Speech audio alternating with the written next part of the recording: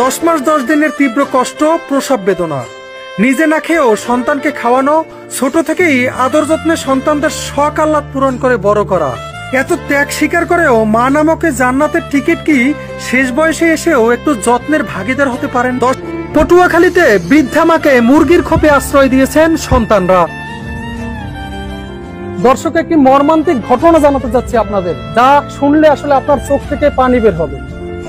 আপনি নন, শুধু যে কোনো হৃদয়বান মানুষের চোখ থেকেই পানি ঝরে। বলা হয়ে থাকে মায়ের পায়ের নিচে সন্তানের বেহেশত, কিন্তু সেই মায়ের প্রতি যখন এরকম অবহেলা করা হয়, জন্ম দিয়েছেন যিনি, সেই মাকে যদি এরকম একটি মুরগির খোপের মধ্যে আটকে রাখা হয়, তাহলে যেন আল্লাহর আরশ কেঁপে ওঠে, সন্তানের জান্নাত যেন হারাম হয়ে যায়।